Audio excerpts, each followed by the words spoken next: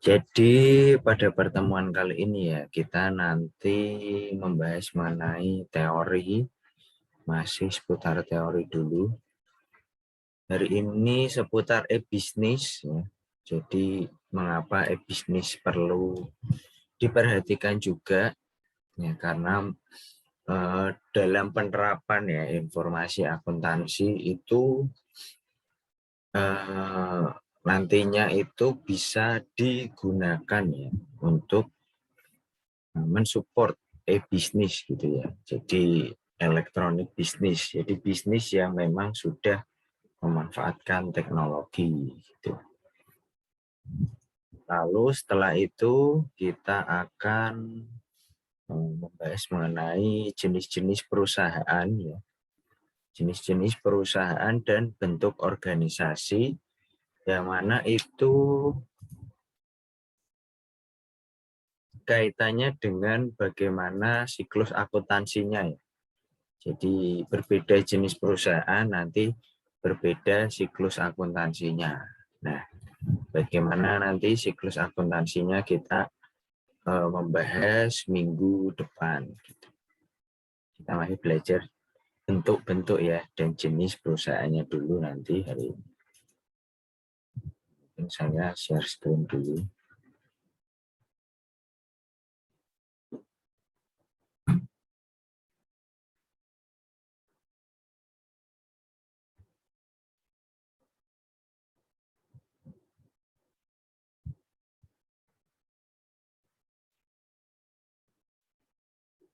Kalau nanti suara saya putus-putus, diingatkan.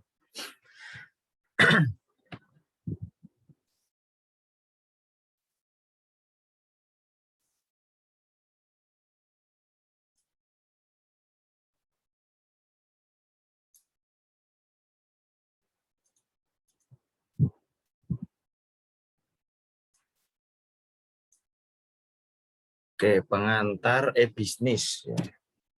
Ya, sebenarnya apa itu e-bisnis? Teman-teman di sini ada yang tahu? E-bisnis itu apa? Ada yang tahu?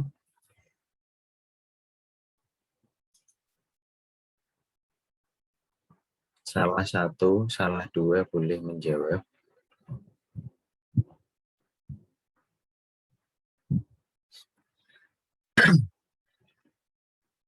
Oke, jadi e-bisnis. Ya, silakan. Izin menjawab, Pak. Ya. Saya Nurdiansyah. E-bisnis itu Pak, transaksi online.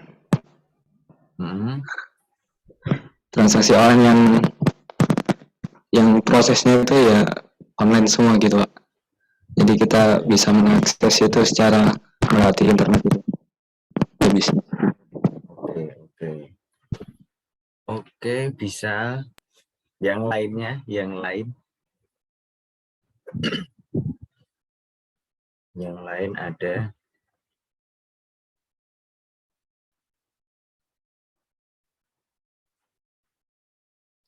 Ada. Oh ya, silakan Mas Tifta. Menurut saya e-bisnis itu merupakan penggunaan suatu teknologi informasi dan komunikasi yang terkait yang didukung oleh beberapa pihak tertentu, kemudian terintegrasi oleh beberapa sistem. Begitu, Pak. Oke. Satu lagi, ada satu lagi. Saya, Pak. Silakan. E-bisnis itu suatu kegiatan bisnis yang dilakukan dengan memanfaatkan teknologi dan internet, Pak. Sehingga perusahaan itu bisa berinteraksi dengan customer dan begitu sebaliknya, Pak. Oke. Terima kasih. Jadi jawaban dari Mas Nurdiansyah, Mas Jody, Mas Tifta udah mewakili ya sebenarnya arti dari e-bisnis. Nah, e-bisnis sendiri ini luas ya. Kita lihat coba pengertiannya. Nah, Pengertian e-bisnis ini penggunaan teknologi dan komunikasi oleh organisasi, individu, pihak-pihak terkait untuk menjalankan dan mengelola proses bisnis, gitu ya. Sehingga dapat memberikan yang pasti tujuan perusahaan ya, keuntungan. Nah, keuntungannya berupa apa? Ini ya, berupa keamanan, fleksibilitas, lalu integrasi, optimasi, efisiensi, dan peningkatan produktivitas dan profit. Nah, sebenarnya semua ini kan tujuannya untuk meningkatkan keuntungan gitu ya. Keuntungan baik yang berupa profit maupun berupa uang ya, maupun berupa pertumbuhan perusahaan gitu ya. Nah, jadi di sini pengertian e-bisnis ini sebenarnya sangat luas ya. Jadi ada pihak, bisa individu, organisasi ini memanfaatkan teknologi untuk menjalankan proses bisnisnya. Jadi dari semua proses bisnisnya ya, tidak cuma hanya jual beli ya, mengintegrasikan, lalu di supply chain-nya, value chain, lalu dalam membeli, dalam mencatat, itu semua memakai atau memanfaatkan teknologi informasi, memanfaatkan TIK gitu ya. Kalau perusahaan udah memanfaatkan TIK ya untuk pencatatan gitu ya, untuk pembelian, lalu penjualannya juga otomatis gitu ya. Nah, itu berarti perusahaan sudah menerapkan e-bisnis gitu ya.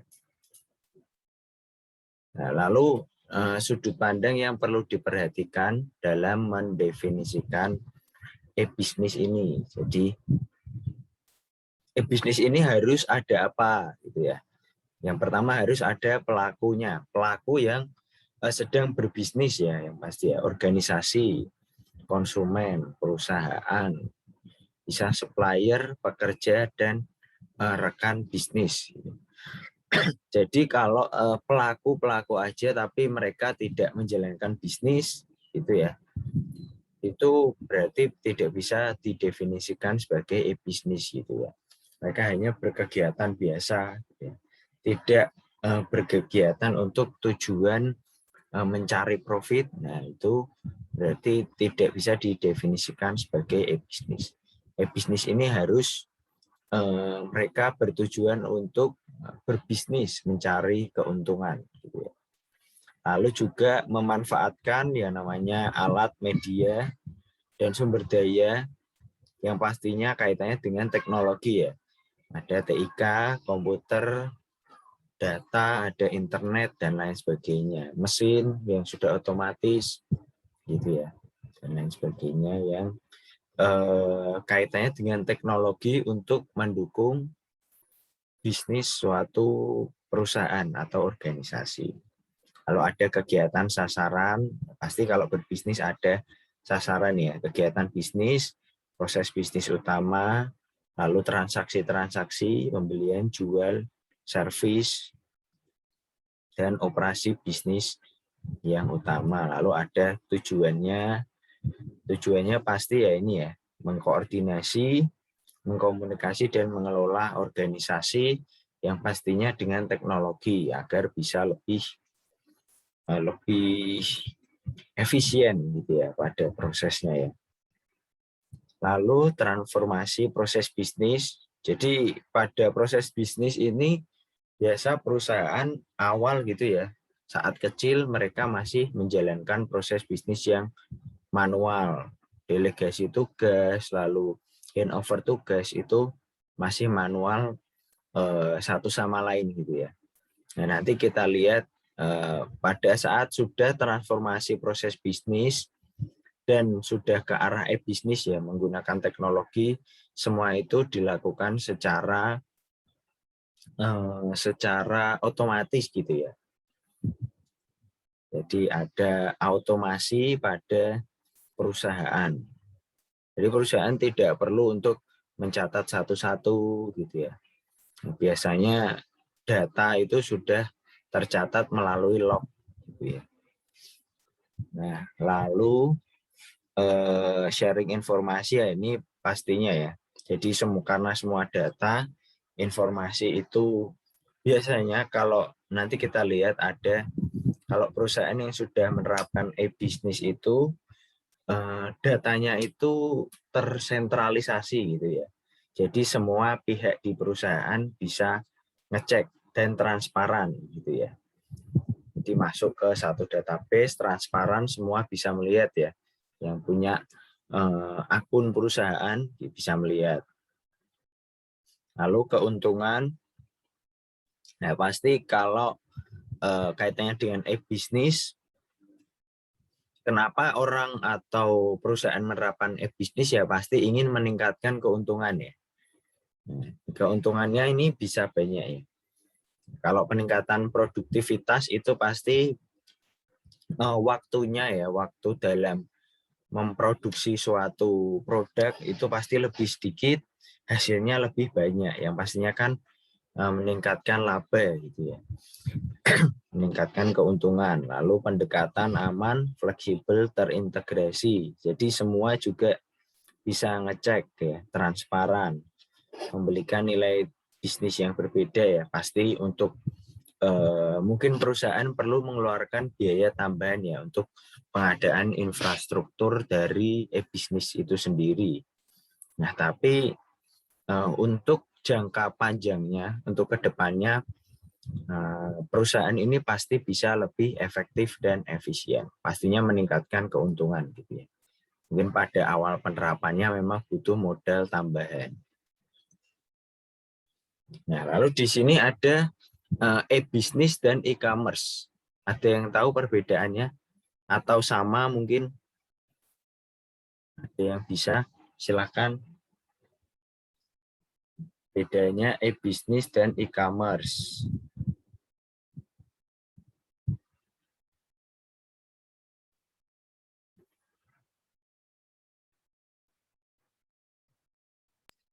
Saya, Pak. Silakan. Jadi kalau e-bisnis itu jangkauannya itu lebih luas daripada e-commerce. Nah, kalau e-commerce itu kayak seperti hanya menjalankan tugasnya itu sebagai transaksi jual beli online, Pak. Oke. Jadi bagiannya itu e-commerce itu salah satu bagian kecil dari e-bisnis. Oke, tepat sekali Jadi ya. itu aja sih yang Ya, tepat sekali. Jadi e-commerce ini merupakan memang bagian ya dari e-bisnis. Nah, kalau e-bisnis ini mencakup keseluruhan proses bisnis yang di elektrisasi gitu ya. Jadi kan namanya electronic business. Jadi semua dari proses bisnis dari perusahaan itu menggunakan teknologi gitu ya, memanfaatkan teknologi dari pembelian, mungkin dari supplier itu mungkin pembeliannya berapa itu sudah masuk ke database. Jadi orang dari produksi mungkin udah tahu oh perusahaan membeli sebanyak segini gitu ya. Lalu dalam produksi itu menggunakan teknologi juga, mungkin mesin yang sudah ada AI-nya gitu ya. Udah ada AI-nya, ada IoT-nya juga. Jadi bisa ngecek mungkin produksinya kira-kira akan jadi berapa dalam berapa menit. Lalu login, logout-nya waktunya berapa gitu ya. Jadi sampai akhir, sampai dijual, sampai ke tangan dari barangnya, sampai ke tangan dari pembeli itu, nah itu namanya e-bisnis ya, mencakup keseluruhan. Nah tapi e-commerce bedanya ini, e-commerce ini bagian dari e-bisnis, bagian kecil aja.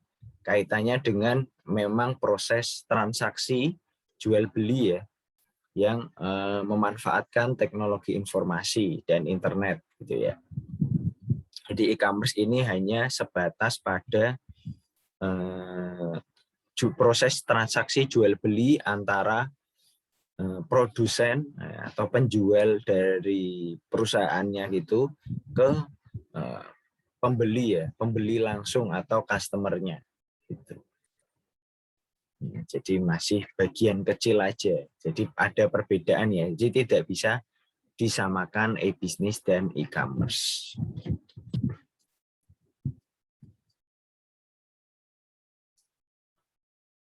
Nah, lalu ruang lingkup e-bisnis ini ada 4 ya, 4W. Nah, ini teori terakhir, mungkin teori terbaru ada 6W dan seterusnya ya, karena itu diperbarui terus.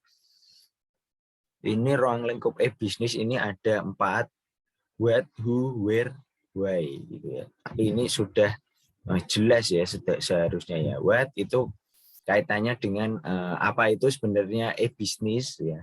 Apakah bisa diterapkan di perusahaan Anda. Jadi mengetahui dulu artinya ya. Mengetahui arti e-bisnis, lalu siapa yang menerapkan, memanfaatkan e-bisnis ini, ya pasti seluruh perusahaan ya yang membutuhkan. Pastinya perusahaan-perusahaan besar wajib ya untuk menerapkan e-bisnis. Lalu di mana e-bisnis ini bisa diterapkan? Ya pastinya di mana saja ya.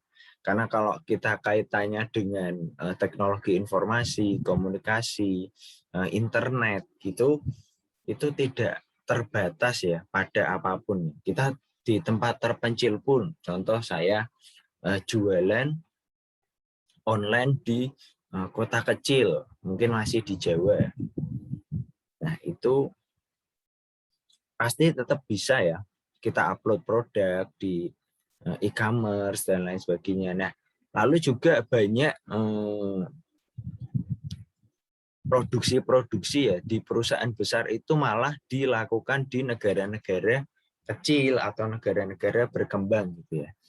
Nah, karena mereka menganggap ya ke perusahaan kecil itu, perusahaan kecil, negara kecil atau negara berkembang itu pemberian upahnya itu masih rendah. Jadi mereka bisa menghemat biaya produksi.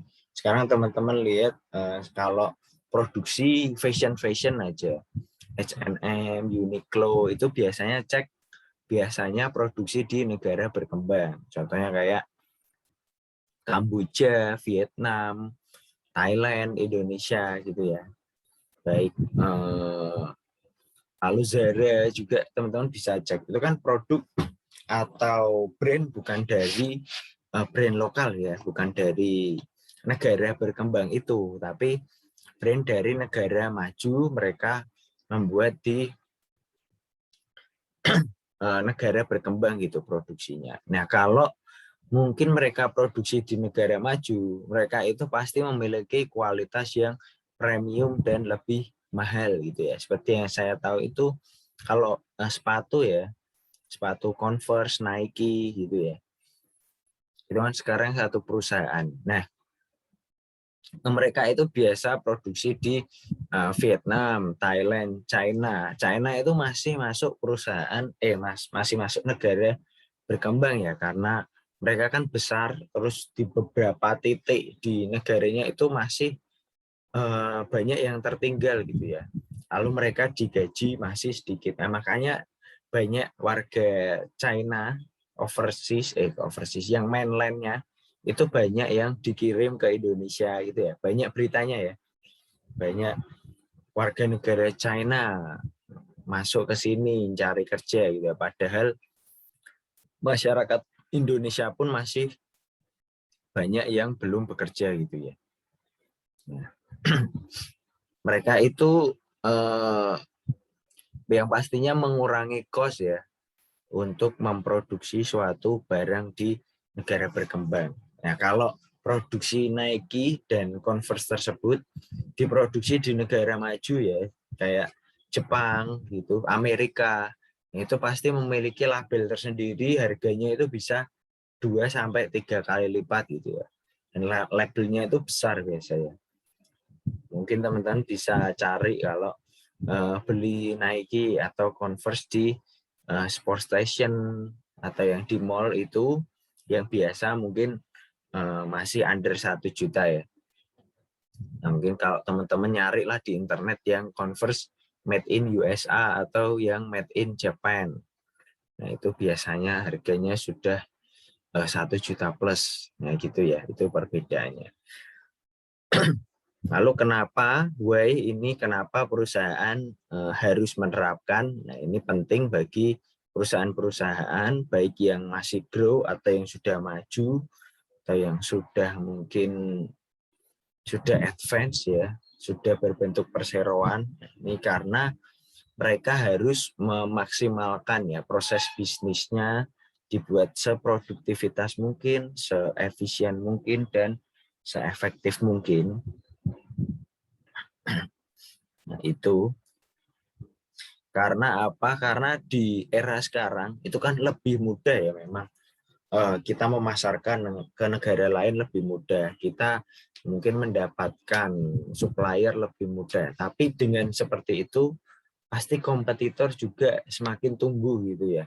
Banyak perusahaan-perusahaan yang tidak hanya pengen stuck di satu usaha aja. Nah, mungkin kalau sekarang perusahaan yang lagi produksi apa? Nah, kemarin mungkin produksi masker, APD, nah, itu banyak perusahaan-perusahaan yang sebelumnya memproduksi kayak mungkin konveksi garment gitu ya. Jadi bergeser, jadi memproduksi masker. Nah, itu contoh salah satu fleksibilitas ya. Fleksibilitas perusahaan. Jadi perusahaan itu harus bersifat fleksibel. Ya, menyesuaikan dengan tren, menyesuaikan dengan keadaan di dunia. Mungkin ada menyesuaikan dengan policy atau peraturan pemerintah gitu. Nah, mungkin untuk besok ada tahun berapa rokok dilarang gitu ya, benar-benar dilarang. Nah, itu mungkin perusahaan rokok bisa menggeser menjadi perusahaan apa, mungkin vape dan lain sebagainya gitu ya. Jadi gimana perusahaan bisa fleksibel.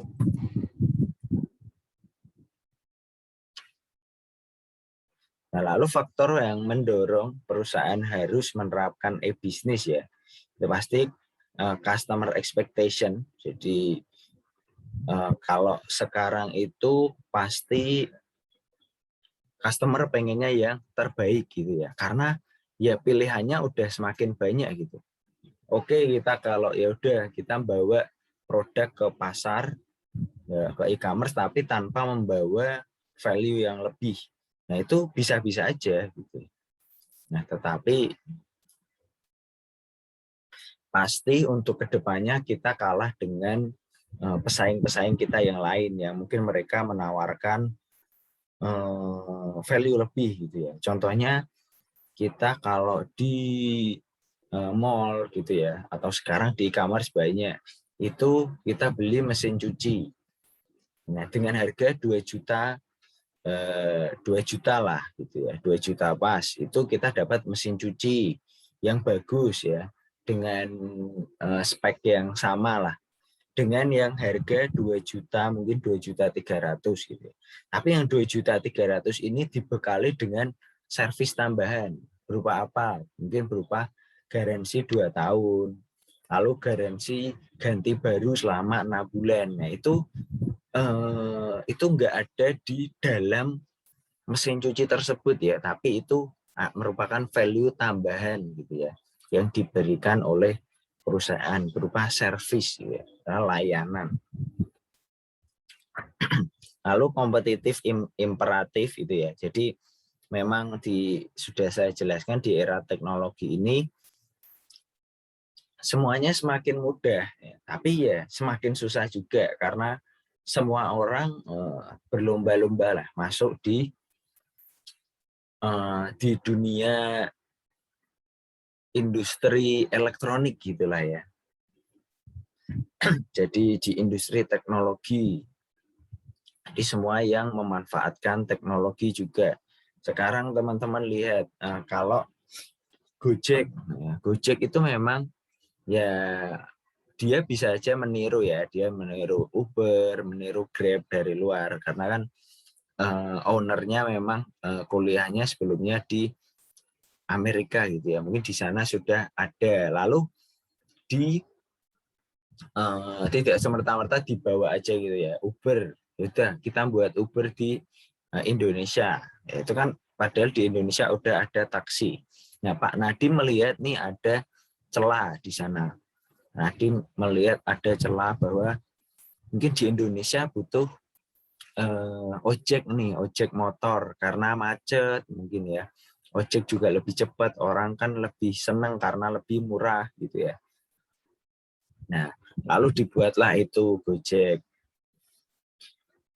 Gojek yang pertama ojek, lalu tumbuh lagi ada mobil dan sampai sekarang ada foodnya dan lain sebagainya ya, ada massage sampai ada pijet lewat Gojek gitu ya. Lalu ada GoClean, wah pokoknya lengkap ya di Gojek itu ya. Nah itu kan hasil dari pengembangan perusahaan ya. Nah setelah Gojek tersebut kan pasti tidak hanya ya udah Gojek aja menguasai secara monopoli. Pasti perusahaan pengen lah ya. Mungkin perusahaan dari luar yang masuk ke pasar Indonesia yang besar. Wah, nggak pengen lah Gojek aja yang menguasai pasar Indonesia. Pasarnya besar banget. Perusahaanku juga pengen nih. Masuklah itu Grab gitu ya. Nah, Grab masuk dari Malaysia gitu ya, membawa servis-servisnya tersendiri, membawa aplikasinya tersendiri, membawa UI UX yang senyaman itu gitu ya. Jadi mungkin teman-teman kan selera dari user interface, user experience ya. Jadi yang dilihat teman-teman di aplikasi tersebut itu kan berbeda. Ada yang nyaman pakai Gojek, ada yang nyaman pakai Grab dan lain sebagainya. Lalu muncul yang lain gitu ya. Itu namanya kompetitif imperatif gitu ya. Jadi kita dipaksa untuk tumbuh karena ada lawan-lawan yang masuk dan lahir gitu ya. Sekarang ada Maxim dan lain sebagainya gitu ya, banyak banget gitu. Tapi tetap yang menguasai Grab dan Gojek. Mungkin food sekarang ada Shopee Food yang bisa sedikit menggeser ya dari GoFood dan GrabFood gitu ya. Karena promonya yang mengerikan gitu. Lalu deregulation itu regulasi baru dari atau munculnya ya peraturan baru dari pemerintah gitu ya. Peraturan pemerintah mungkin meminta agar perusahaan-perusahaan lebih contohnya lebih transparan gitu ya dalam menjalankan proses bisnisnya, lalu dalam melaporkan laporan keuangannya, dalam memproses semuanya gitu ya. Jadi bisa transparan, OJK bisa melihat, contohnya kalau bank-bank gitu ya, transparan, semua datanya itu bisa dicek online gitu ya. Semua prosesnya bisa diaudit gitu ya. Diaudit, dicek secara online, secara real time. Nah, itu mau tidak mau perusahaan harus menyiapkan lah ya, menyiapkan software, menyiapkan infrastruktur TI-nya gitu ya. Dan perkembangan teknologi. Ya, ini perkembangan teknologi perusahaan harus mengikuti ya. Kalau tidak mengikuti perusahaan pasti tertinggal gitu ya. Jadi mungkin 5-10 tahun awal teknologi muncul perusahaan tidak mengaplikasikan, itu tidak apa-apa gitu ya, tidak ada rasa apa-apa, penjualan masih stabil dan lain sebagainya. Kalau perusahaan tetap keras kepala ya tidak mau menerapkan teknologi, nah itu biasanya nanti jangka panjangnya akan kalah dengan perusahaan-perusahaan baru yang sudah menerapkan teknologi, pasti bisa menghadirkan produk-produk yang lebih murah ya gitu. Lalu tahap-tahap evolusi bisnis ya. Jadi ini bagaimana perusahaan dari perusahaan biasa menjadi perusahaan yang bisnis gitu ya. Menjadi yang bisnis biasa, bisnis konvensional menjadi bisnis. Itu yang pertama inform. Nah, inform ini kaitannya dengan di suatu perusahaan itu masih yang menerapkan teknologi masih pada satu bagian aja gitu ya. Jadi mungkin ada bagian produksi, pembelian, lalu penjualan, bagian accounting, bagian HRD gitu ya. Nah, yang masih menerapkan teknologi mungkin masih di bagian produksi aja. Jadi mereka menggunakan menggunakan software untuk produksi agar bisa dicek menggunakan IoT dan lain sebagainya ya. Lalu mereka mengetahui berapa pembelian perusahaan gitu ya, dan langsung bisa dicek lah gitu. Jadi dari pembelian tersebut bisa jadi berapa. Gitu. Lalu mungkin ada yang menerapkan hanya di bagian penjualan aja, bagian sales. Mereka menerapkan CRM ya, Customer Relationship Management gitu ya. Lalu produksinya mungkin masih konvensional, pakai mesin biasa yang enggak ada teknologinya, ya udah mesin masuk keluar gitu ya. Nah, tapi mereka penjualan sudah di e-commerce, mereka penjualan sudah mungkin memanfaatkan fasilitas-fasilitas dari e-commerce, kan ada fasilitas stok dan lain sebagainya ya di e-commerce itu. Nah, Inform itu masih sebagian kecil ya, sebagian kecil dari perusahaan yang menerapkan. Nah, lalu setelah itu sudah automate. Automate ini beberapa dari unit di perusahaan sudah menerapkan gitu ya. Jadi berapa pembelian itu bagian produksi langsung tahu, bagian accounting langsung tahu gitu ya. Jadi terinput secara otomatis, udah automate. Ini masih di satu perusahaan gitu ya, seluruh perusahaan itu menerapkan automate. Lalu yang integrate itu dari supplier dan pembeli itu sudah juga bisa didetek ya dari suatu software tersebut. Ya, contohnya kayak kalau di e-commerce teman-teman itu ya, teman-teman pasti ada beli stok sisa berapa. Nah itu ya. Nah itu biasanya yang integrate sama mungkin ERP dari suatu perusahaan tersebut ya. Nah, contohnya perusahaan punya batas bawah gitu ya, batas bawah stok. Kalau stok suatu produk ini mungkin tinggal 20%, nah kita harus cepat-cepat mulai produksi. Nah, ini yang udah integrate dari supplier, jadi ini udah integrate secara internal dan eksternal gitu ya. Jadi dari pembelinya pun sudah terintegrasi. Lalu reinvent ini merupakan pengembangan ya, pengembangan dari suatu bisnis yang sudah menerapkan bisnis tersebut. Contohnya kayak Gojek tadi ya. Gojek, dari Gojek aja mobil, motor sudah nambah food gitu ya. Lalu dari food itu nambah ada GoClean, lalu ada GoMassage, ada GoGo lainnya gitu. Ini merupakan tahap pengembangan ya. Jadi proses bisnisnya ditambah ya. Itu tapi tetap secara elektronik gitu ya. Jadi yang memudahkan perusahaan. Nah, lalu model-model bisnis. Ada yang bisa menjelaskan B2B apa, B2C apa, C2C apa, C2B apa? Ada yang bisa menjelaskan apa itu model-model bisnis ini? Mungkin saya, Pak. Oke, silakan Mas. B2B itu kayaknya bisnis to bisnis. Ya. Terus B2C itu kayaknya B2C. bisnis ke customer. Kalau C2C itu customer ke customer. Kalau C2B itu customer ke bisnis. Oh ya, betul sekali. Mungkin artinya bisa dijelaskan B2B gimana sampai C2B 4 ini?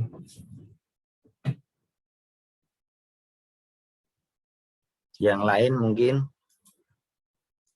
boleh.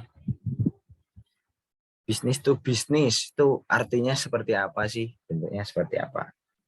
Silakan.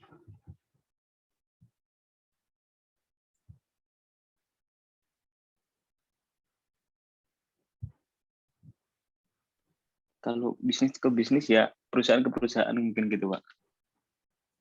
Transaksi di Ya, betul, perusahaan. betul. Ya, nah, jadi model-model tepat ya. Jadi memang B2B, bisnis to bisnis, yaitu ya bisnis antar perusahaan ke perusahaan gitu ya. Jadi memang penjualan dari bisnis to bisnis. Nah, lalu B2C, bisnis ke customer. C2C, customer ke customer. C2B, customer ke bisnis. Nah, seperti apa? Jadi kalau B2B, nah itu mungkin teman-teman kalau langsung ke contohnya aja itu Alibaba itu ya. Alibaba punya website Alibaba yang memang mereka menjual khusus secara grosir. Jadi mereka dari bisnis ya, dari perusahaan besar itu mereka menjual ke supplier kecil gitu ya. Jadi mereka tidak menjual langsung ke customer akhir ya, tapi mereka menjual secara grosir ke pedagang lagi. Ya, itu salah satu contohnya ya websitenya Alibaba itu ya. Teman-teman pun bisa coba cek, mungkin teman-teman ada yang tertarik impor gitu ya. Itu bisa cek Alibaba, alibaba.com ya, punyanya China. Itu teman-teman bisa beli apa barang keperluan rumah tangga dan lain sebagainya, tapi dengan minimal order ya. Ada minimal order contoh 1.000 piece, 2.000 piece gitu ya. Nah gitu, jadi teman-teman kalau pengen mau jadi supplier bisa ngecek itu. Jadi B2B itu kaitannya dengan model bisnis dari perusahaan ke perusahaan, masih penjual ke penjual. Nah, lalu ini yang B2C, business to customer ya, yang seperti pada umumnya ya yang kita tahu. Jadi kita tahunya kan dari perusahaan kita beli langsung ke kita pakai gitu ya. Kita beli langsung kita pakai. Nah itu model bisnis dari business to customer. Lalu C2C, customer to customer, ada yang tahu ya contohnya? Model bisnis customer to customer. Contohnya ada yang tahu? Di COD gitu ya. Gimana? Di COD ketemuan dengan sama pelanggan itu lalu jual. Suaranya agak kurang jelas, Mas. Kayak sistemnya kayak Bukalapak gitu ya, yang Oh. ketemuan sama orang sama penjualnya gitu. Oh iya, ya, tepat sekali ya. Jadi sistemnya itu yang memang sudah disediakan platformnya, ya, contohnya kayak Shopee, Bukalapak, Tokopedia. Nah itu kan banyak yang, cuman di Shopee, Tokopedia itu kalau sekarang ya, itu banyak yang memang mereka enggak dari customer ya, tapi mereka memang penjual. Nah, itu juga bisa. Jadi di Shopee, Tokopedia itu bisa ada B2C, ada C2C. Nah, itu ya. Karena mereka kan menjualnya bisa secara satuan gitu ya. Enggak harus yang grosir. Nah, kalau yang di Alibaba itu harus grosir ya. Jadi mereka harus beli ada minimal order. Nah, kalau contoh lagi yang C2C itu mungkin teman-teman tahu dulu ada OLX. Toko bagus dulu. Nah, itu ada OLX.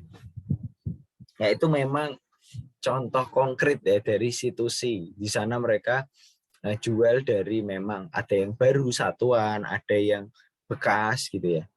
Lalu contoh lain dari C2C ini ada juga yang di sosial media. Contohnya kayak Facebook page atau Facebook group ya. Nah, biasanya kan ada grup jual beli apa, nah itu ya. Nah, teman-teman mungkin kalau nyari apa jual beli sepeda motor mungkin search di Facebook jual beli motor Surabaya itu pasti ada. Nah, di situ masuknya ke C2C ya. Nah, salah satu contoh dari C2C. Nah, lalu ada juga yang terakhir ya, C2B. Ini ada yang tahu nggak? Customer to business. Jadi contoh dari penjualan customer ke bisnis.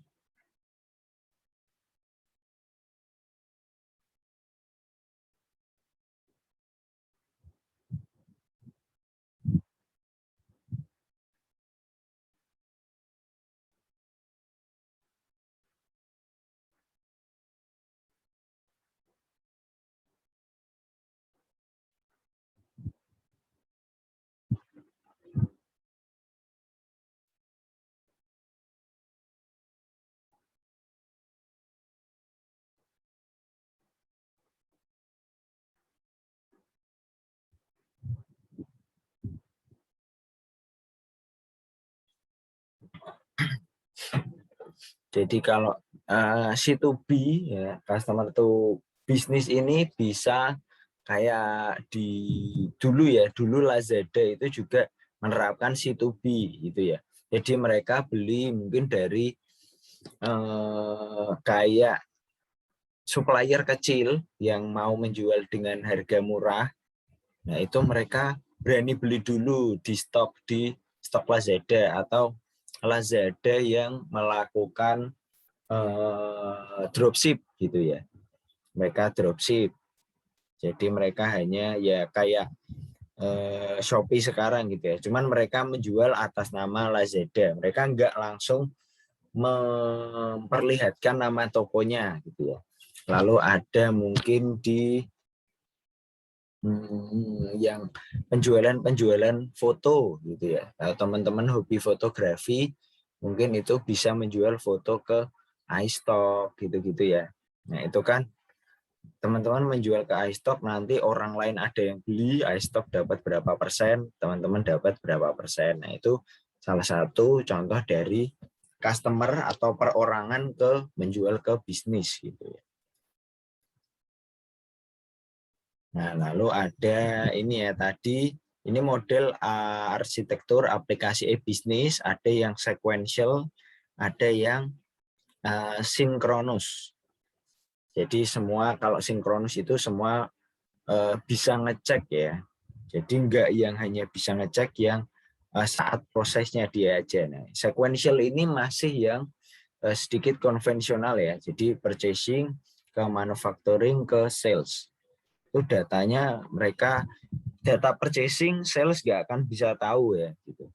Nah, tapi kalau yang sekarang di ERP ya, share data dan proses, itu purchasing memproses atau membeli produk berapa itu masuk ke ERP data, lalu manufacturing input data berapa, lalu jadi input bahan berapa, jadi produk jadi berapa, itu masuk ke ARP juga. Jadi salesnya bisa tahu, oh ini masih ada yang proses nih segini, mungkin saya udah bisa mulai jual, nanti ready, bisa udah kalau laku bisa langsung kirim gitu ya. Nah, itu mengapa ada kalau sekarang itu kalau beli mobil ya, beli mobil itu ada kita nunggu dulu gitu ya. Kita nunggu, contohnya kayak waktu itu Jimny ya. Nah, mobil Jimny itu kita beli, kita nunggu dulu dan tahu gitu nunggunya berapa lama. Jadi enggak yang kita nunggu tapi enggak tahu kapan. Itu salah satu hasil dari ini ya, namanya Synchronous ya, Enterprise Application Process. Jadi oh ini ada 100 mobil bisa jadi bulan depan, lalu 100 mobil lagi jadi 2 bulan lagi.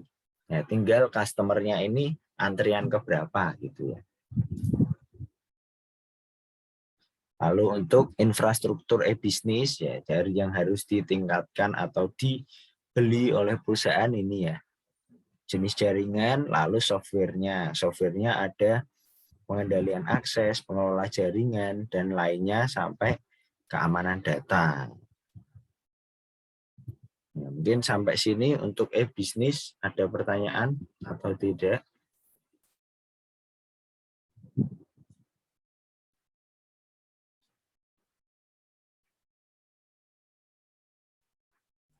Pak, permisi Pak, izin bertanya. Silakan. Kalau ada kata perusahaan logistik itu kira-kira maksudnya perusahaan itu juga termasuk perusahaan bisnis atau tidak, Pak? Perusahaan apa? Mohon maaf, kurang jelas. Logistik Ya, perusahaan logistik termasuk perusahaan termasuk juga dalam perusahaan bisnis atau tidak, Pak? e-bisnis. Oh ya, ya perusahaan logistik ya. Jadi kayak JNE, JNT gitu ya. Lalu si cepat kalau sekarang. Nah itu mereka sekarang hampir semua sudah menerapkan yang namanya e-bisnis ya. Nah, salah satu penerapan konkretnya itu ya masukin resi. Nah, resi tersebut teman-teman bisa sekarang cek secara real time gitu ya. Mungkin ada Shopee itu ya, Shopee Express Itu teman-teman cek di Shopee-nya pun teman-teman bisa tahu kurirnya di mana. Lalu mungkin kalau JNT, JNE itu teman-teman bisa cek barangnya sampai mana. Nah, itu salah satu ya penerapan dari e-bisnis. Jadi mereka di sana ada scan, jadi barang sampai mana itu di-scan semua. Nah, itu datanya masuk ke database yang semua orang bisa cek gitu ya. Kalau tahu resinya, kalau tahu nomornya gitu ya. Ya, logistik itu sudah menerapkan ya perusahaan-perusahaan logistik dan harus menerapkan itu. Karena servisnya kaitannya dengan e-bisnis juga gitu ya. Kalau mungkin perusahaan e-bisnis, perusahaan logistik, tapi mereka tidak bisa cek resi sampai mana, itu kan pelanggan menjadi was-was ya. Kalau hilang gimana gitu ya. Oke, mungkin ada pertanyaan lagi?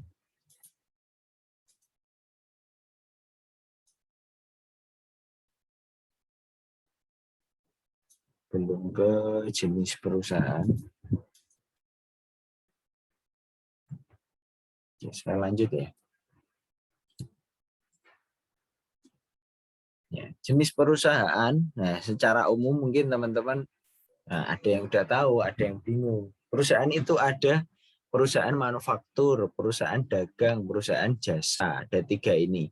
Nah 3 ini siklus akuntansinya itu juga berbeda ya.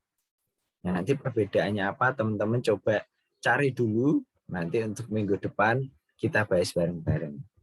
Sebagai tugas ya yang sudah saya upload di e-learning juga.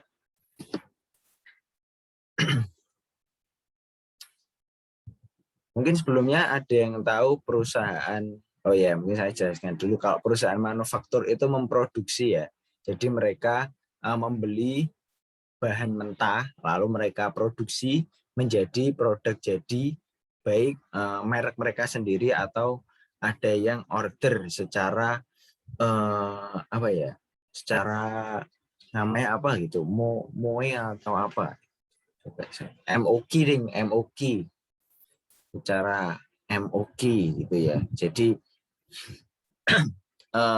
ada perusahaan contohnya kayak Nike. Nike itu sekarang mereka sudah nggak punya pabrik sendiri ya, Adidas gitu ya. Jadi mereka produksi di perusahaan-perusahaan garment di seluruh dunia gitu ya. Nah, Nike, terus Adidas dan lain sebagainya itu banyak ya yang produksi di Indonesia gitu.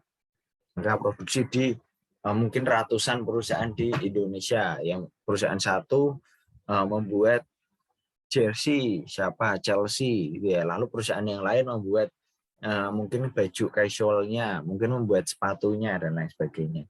Dan perusahaan manufaktur itu yang membuat produk benar-benar dari barang mentah menjadi barang jadi dan menjualnya. Lalu perusahaan dagang itu perusahaan yang retail gitu ya. Mereka tidak punya produksi sendiri, nah mereka membeli barang dari supplier dan menjualnya gitu ya. Jadi mereka fokusnya hanya inventory aja, mereka beli punya persediaan ini, lalu mereka jual ke pembeli. Lalu perusahaan jasa, perusahaan yang mereka menawarkan jasa, mereka menawarkan ability ya, pokoknya yang mereka punya gitu ya, kemampuan yang mereka punya itu mereka tawarkan. Contohnya notaris, terus perusahaan hukum, lalu banyak ya. Nah, perusahaan-perusahaan teknologi yang sekarang ini juga bisa dikatakan masuk ke perusahaan jasa karena mereka tidak memproduksi barang yang langsung digunakan oleh pembeli gitu ya. Nah, mungkin teman-teman di sini bisa menjawab, ada perusahaan-perusahaan ini. Indomie termasuk perusahaan apa dari 3 ini? Manufaktur, dagang, jasa. Indomie termasuk apa? Manufaktur, Pak. Manufaktur. Teh botol? Manufaktur juga. Manufaktur. Kereta? Kereta perusahaan apa? Jasa, Pak. Jasa. Jasa. Ini sama. Garuda. Garuda. Kalau Jasa. bank. Kalau bank apa? Termasuk apa? Jasa. Ya, jasa. PLN. PLN apa? Jasa. Jasa. Lalu tiket.com. Jasa, Pak. Jasa. Ya, udah jelas ya. Kalau SCTV. Jasa. Jasa. Ya, jasa. Jarum. Manufaktur. Manufaktur. Lalu lanjutnya Pertamina. Pertamina apa? Perusahaan apa Pertamina?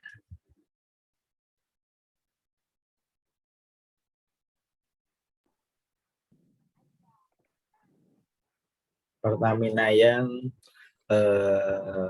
Pertamina intinya ya. Ya, Pertamina intinya itu mereka perusahaan manufaktur. Ya. Mereka kan ada Pertalite, ada itu, ada gas dan lain sebagainya. Mereka produksi ya dan dijual langsung ke pembeli gitu ya. Ke produksi langsung, mereka menjual barangnya tersebut gitu ya. Lalu kalau kayak instansi sekolah, IT Telkom, UNER, ITS termasuk apa? Jasa, Pak. Ya, jasa itu. Ya, jadi kebanyakan memang kalau perusahaan teknologi mereka itu enggak menyediakan atau tidak memproduksi ya. Beda ya, mereka memproduksi software. Tapi ya mereka enggak menjual software tersebut, tapi menjual jasa yang ada di dalam aplikasi dan software tersebut gitu ya. Jadi banyak tiket.com, Tokopedia, Gojek ini merupakan ya perusahaan jasa ya, mereka menjual jasa teknologi. Nah, jadi teman-teman mungkin saat ini bisa gimana cara, ini kan dari toko-toko tiket.com ini ya, ini mereka awal membuat itu dari mungkin keresahan akan tidak adanya suatu aplikasi, tidak adanya suatu fasilitas gitu ya. Jadi teman-teman kalau pengen membuat sesuatu ya orientasinya pada permasalahan mungkin yang belum ada di masyarakat yang sangat dibutuhkan gitu ya. Orientasinya pada hal tersebut. Berbeda dengan kalau teman-teman ada mungkin konsultan IT, lalu mereka membuatkan software. Nah, mereka berarti manufaktur, mereka membuat software tersebut untuk nantinya digunakan oleh individu atau perusahaan gitu ya. Lalu ada bentuk organisasi secara umum. Ya, perusahaan perseorangan, persekutuan, perseroan. Mungkin teman-teman udah banyak yang tahu ya. Perseorangan ya dimiliki satu orang aja. Lalu perusahaan keluarga, nah itu masuk perusahaan perseorangan. Lalu perusahaan persekutuan itu dimiliki 2 orang rekan bisnis atau lebih gitu ya. Itu persekutuan. Biasanya perusahaan-perusahaan yang ada di kawasan industri masuk persekutuan. Lalu ada yang perseroan. Perseroan ini biasanya perusahaan besar ya, perusahaan besar lalu mendapatkan modalnya dari investasi ya, investasi dari investornya masing-masing, bisa juga dari menjual saham yang sudah IPO gitu ya. Jadi ini bisa UMKM, nah ini perusahaan-perusahaan biasa gitu ya, yang perusahaan kecil, lalu ini perusahaan yang besar. Itu contoh-contoh gampangnya gitu ya. Nah, lalu kaitannya dengan laporan keuangan ya.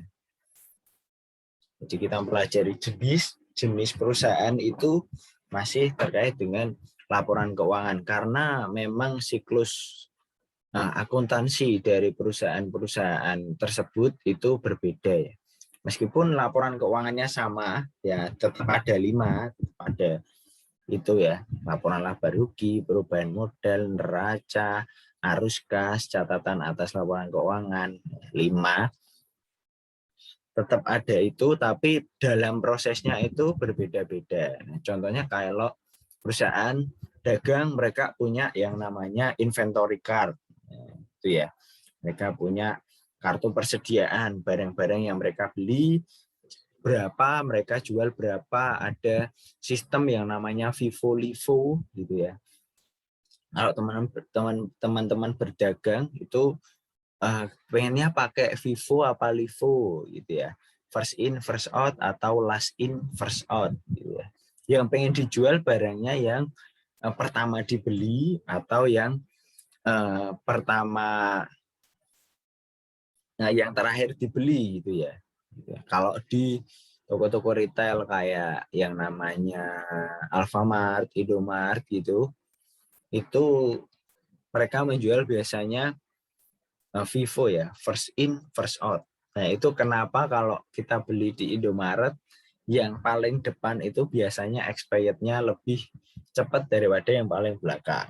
Nah, kenapa kita kalau beli roti biasanya yang expirednya lebih lama itu yang belakang ya. Kalau beli roti yang belakang aja. Nanti yang belakang atau yang depan nanti nggak laku karena sudah expired. Nah, lalu tujuan laporan keuangan ya di sini ya. Ada 2, memberikan informasi mengenai posisi keuangan. Posisi keuangan itu bisa dicek ya. Jadi apakah laba apa rugi gitu ya. Lalu kinerja keuangannya seperti apa, asetnya bisa dicek dengan rasio ya. Kalau kinerja keuangan, likuiditasnya seperti apa, leverage seperti apa, profitabilitas seperti apa gitu ya. Lalu arus kas entitas ya, yang berguna bagi pengguna laporan keuangan dalam membuat keputusan ekonomi. Jadi pengguna laporan keuangan ini bisa dari dalam dan luar perusahaan setelah ini ya. Lalu menunjukkan hasil pertanggungjawaban manajemen penggunaan sumber daya yang dipercayakan kepada mereka. Jadi bentuk dari tanggung jawab manajemen mereka itu membuat laporan keuangan tersebut. Jadi proses sumber dayamu yang sudah tak pakai seperti ini, segini gitu ya. Lalu kinerja keuangan kita segini nih saat kita proses bisnis selama 1 bulan ini. Itu laporan biasanya kepada komisaris, direktur atau investor. Kalau perusahaan besar ya ada RUPS ya, rapat umum pemegang saham gitu. Nah, pemakai informasi akuntansi ini ada 2 dari internal dan eksternal. Ini manajemen sudah jelas ya untuk pengambilan keputusan. Pemilik yang pasti internal ya, mereka untuk bisa pengambilan keputusan, bisa sebagai mereka ngecek pertanggungjawaban manajemen, apakah manajemennya udah baik atau tidak ya. Kalau tidak, manajemennya bisa di-kick aja ya, gitu ya. Lalu eksternal itu ada investor yang pastinya ya. Apakah mereka akan worth it untuk menginvestasikan ke perusahaan tersebut? Kaitannya dengan seperti itu. Lalu kreditor itu pemberi utang gitu ya, perusahaan pasti kan ngecek ya, apakah perusahaan ini liquid, asetnya apakah lebih besar dari utangnya atau tidak.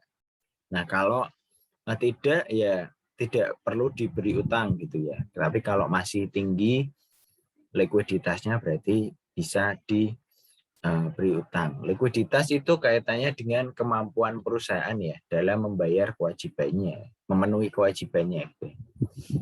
Lalu pemasok itu perlu ya mengetahui informasi atau bagaimana kesehatan dari manajemen perusahaan tersebut ya.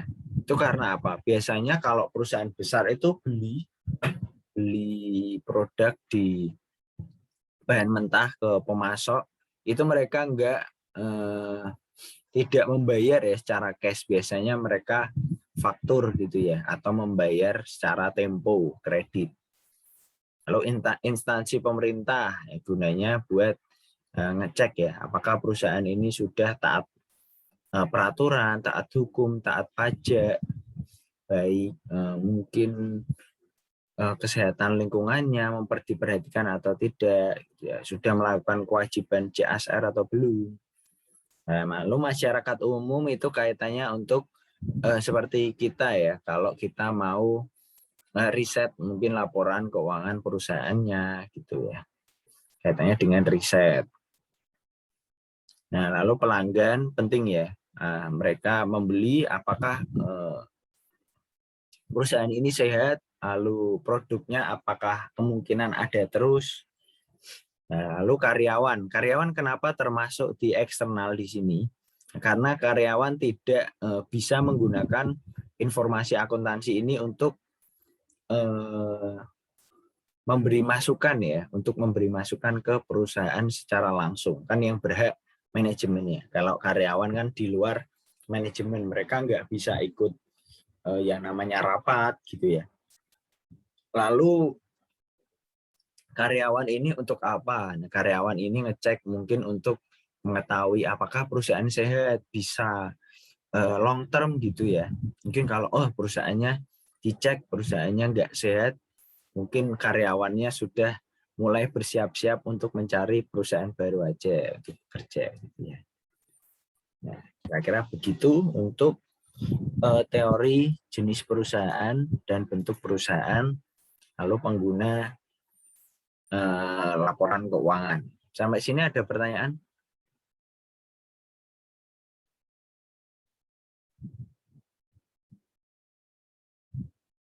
Kalau tidak ada, teorinya sampai di sini ya berarti ya.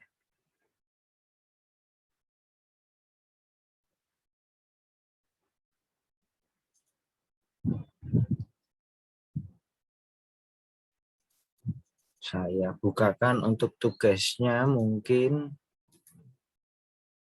teman-teman bisa cek. Ada tugas individu, ada tugas kelompok.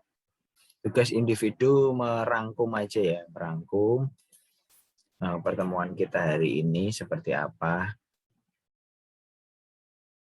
yang bisa didapatkan, 3-5 halaman, kalau kepanjangan lebih 1-2 halaman nggak apa-apa.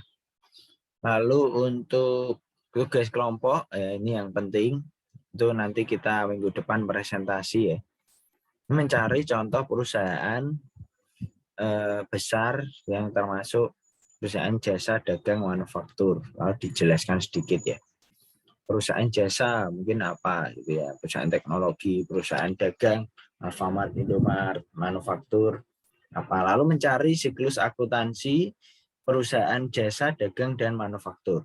Tidak harus yang contohnya ini ya, jadi siklus akuntansi perusahaan jasa itu seperti apa aja gitu ya siklusnya, mungkin dari transaksi, lalu ada jurnal umum dan lain sebagainya. 3 ini lalu menganalisis perbedaannya, siklus akuntansi jasa dagang dan manufaktur, dikerjakan secara kelompok. Dikumpulkannya satu aja ya, satu kelompok mengumpulkan satu. Sampai sini ada pertanyaan? Mau tanya yang tugas kelompok, Pak. Ya, silakan. Itu tadi yang poin B itu disuruh mencari siklus. Ya, siklus akuntansinya itu. Ya, siklus akuntansi. Ya. Itu bukan siklus akuntansi di perusahaan yang kita cari di poin A, Pak. Ya, bukan, secara umum aja. Gitu ya. Baik, Pak. Ya. Karena mungkin agak susah ya kalau mencari siklus akuntansi di suatu perusahaan tertentu. Mungkin teman-teman harus datang langsung untuk menanyakan gitu ya. Kalau gitu. Jadi secara umum aja seperti apa, lalu perbedaannya apa gitu ya. Karena penting untuk teman-teman nanti, mungkin teman-teman harus membuat teman-teman punya konsultan, harus membuat SIA untuk perusahaan dagang contohnya ya. Nah itu teman-teman harus tahu, oh ini perusahaan dagang, berarti siklus akuntansinya seperti ini gitu ya. Nanti kita bahas bareng-bareng minggu depan. Ini yang presentasi 1 atau 2 kelompok aja ya.